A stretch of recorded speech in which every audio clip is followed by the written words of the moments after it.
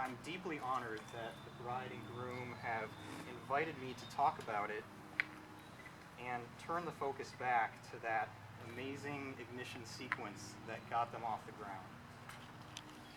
The story of how Jan and Jason met is not one that's filled with the stuff of romantic fantasy. It didn't exactly take place on the moonlit deck of a cruise ship on the Mediterranean. It is a beautifully simple, real-world story about two complete strangers having an unexpected, random encounter and being present enough in that moment to take full advantage of it. Now, I have a question for everyone here. I want you to think about the most important person in your life that isn't a relative. It could be your husband, your wife, your partner, your closest friend, whichever of these applies to you. How many of you met that person through a completely random chance encounter in a public place? Let's have a show of hands. Okay. Not very many, that's good. I was a little worried that if you all raised your hands, it might invalidate the point of that. But this small percentage of you really goes to show how making a connection with someone under these circumstances may not be a very common thing. It was through this very rare and very special alignment of fortunes that Jan and Jason found each other. They met at a Dunkin' Donuts, of all places. And this is interesting in and of itself because people don't usually go to a place like this when they're in the frame of mind for conversation. Usually you see people in a hurry running in to grab a coffee before work or before returning to tackle that list of pre-planned things that they've set out to do. But you don't go in there wondering if you're going to meet anybody, and you certainly don't go in there thinking that you could meet the love of your life. So here is the scene where we find Jan sitting in the Dunkin' Donuts, and she's studying. Textbooks are open, papers are all spread out, and she's toiling away at her schoolwork and concentrating very hard.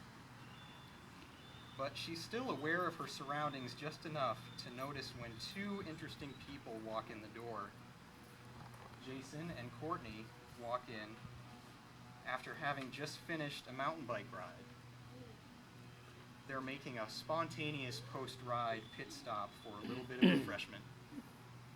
The first thing that crosses Jan's mind is, wow, what a great-looking couple, right?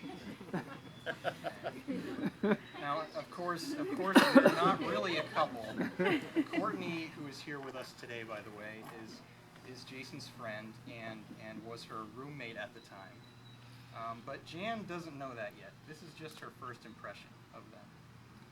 Jan sees them all decked out in their riding gear and looks out the window and sees two mountain bikes on the roof of a parked car.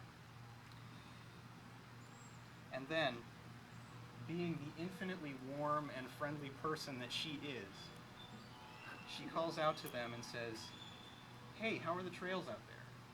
Or something to that effect.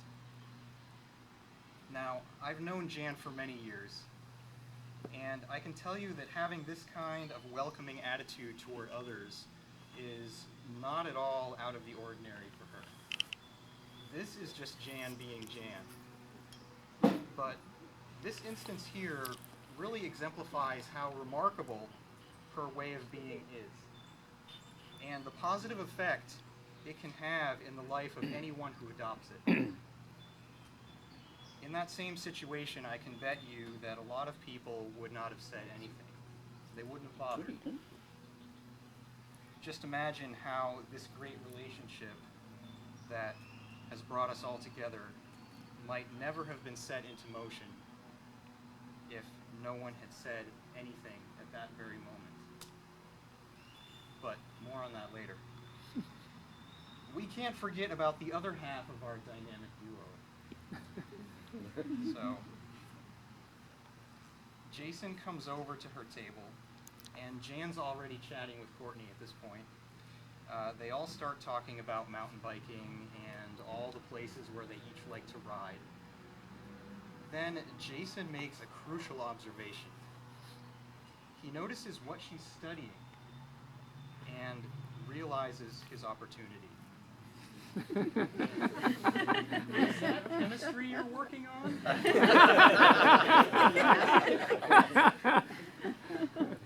Jason just happens to be a chemistry professor. She replies in the affirmative, and then he follows up with, "Oh, well, I teach chemistry. Mind if I sit down?" And she's like, "Yeah, I could actually use some help." Now, this is the part where I need to pause and just say, "Good job, Jason." Bravo. Very nicely done. Smooth. Could you ever find a better definition of seizing the moment? I doubt it. So he starts helping her with her homework. She invites him to join her local riding group. And this just gave them the perfect jumping off point for everything that came afterward. And everything that led them to this day.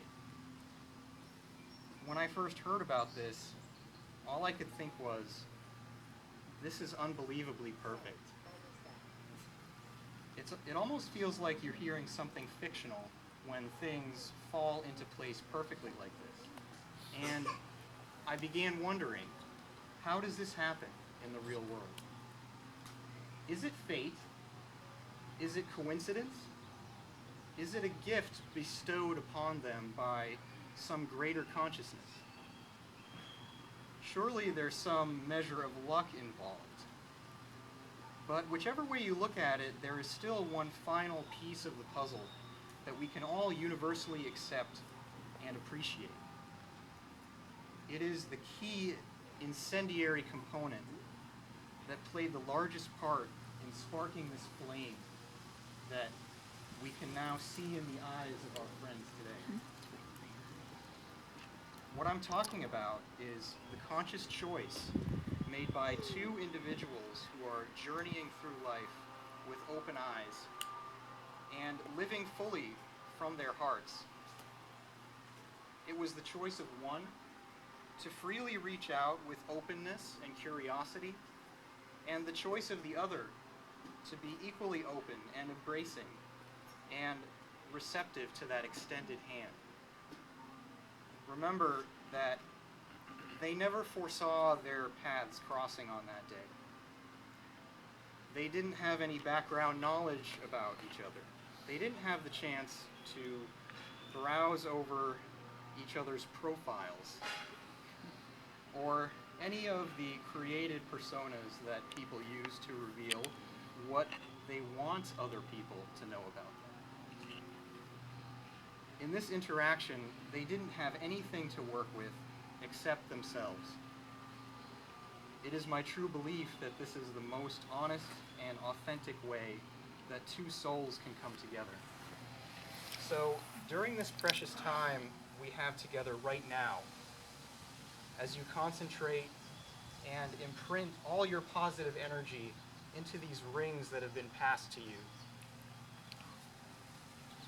as you give them your highest hopes for safe travels, flourishing health, and the most profound trust and understanding for one another, I also ask you to honor them by following their example. When you go from here back to your own lives, your own daily affairs, be willing to share the true you with a complete stranger and see what kind of life-expanding chance encounters you can have for yourselves. And think of these two wonderful people when the rich experiences that are sure to flow from that action take place.